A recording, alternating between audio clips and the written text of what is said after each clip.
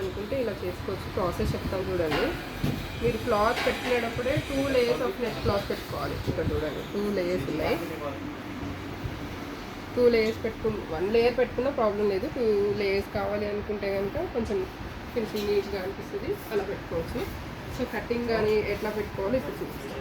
మీరు ఈ క్లాత్ పెట్టుకునేటప్పుడే ఈ 2 లేయర్స్ కూడా దీనికి జాయింట్ చేసేసుకోండి. జాయింట్ అంటే స్టిచ్ ఏం వేసుకోవక్కర్లేదు. వేసుకోవాలనుకుంటే పెట్టుకోవడం రావట్లేదు అనుకుంటే స్టిచ్ చేసుకోవచ్చు. నార్మల్ క్లాత్ ఫిట్టింగ్ లాగానే ఫిట్ చేసేసుకోవచ్చు.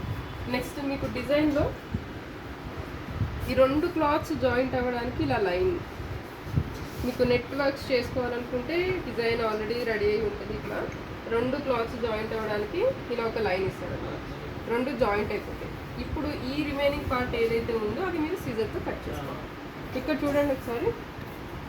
మీకు కావాలి అనుకుంటే ఈ పార్ట్ కూడా మీరు నార్మల్ క్లాత్ మీద వేసుకోవచ్చు. నేను ఓన్లీ నెట్ మీదే బాటంలో ఉన్న డిజైన్ అంతా కంప్లీట్ చేసుకున్నా. ఓన్లీ పైన మాత్రమే క్లాత్ మీద వేసుకున్నా. సో ఇది కట్టింగ్ చూపిస్తాను. జస్ట్ మీరు చెక్ చేసుకోండి. మీ కింద ఉన్న నెట్ క్లాత్ మాత్రం కట్ అవ్వకూడదు. ఓన్లీ ఏదైతే పైన క్లాత్ ఉందో అది మాత్రం వచ్చేలాగా కట్ చేసుకోండి.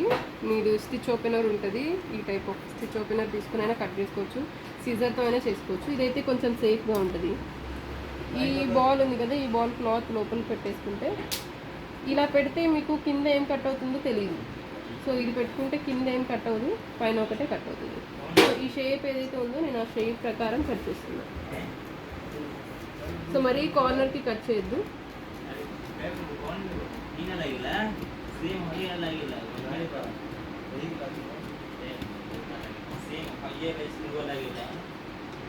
చెక్ చేసుకోండి, ఏమన్నా కట్ అవుతుందేమో ముందే ప్రీవియస్గానే చెక్ చేసుకోండి. చూడండి ఓన్లీ క్లాతే కట్ అవుతుంది. సో ఇలా కంటిన్యూ చేసేసుకోండి.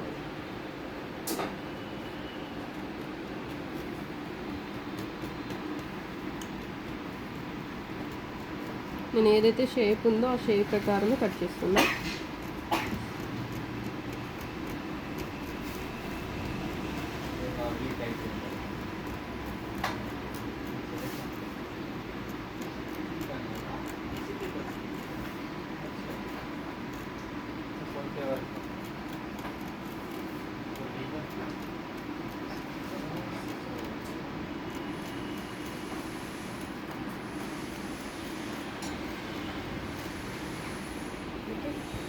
ఓకేనా అయిపోయింది. నెట్ క్లాత్ అలాగే ఉంది.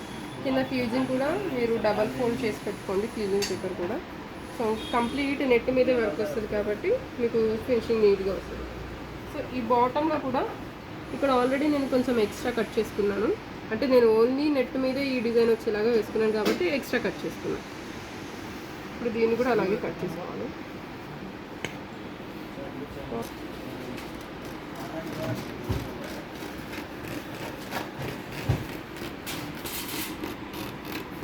నిదానంగా కట్ చేసుకోండి.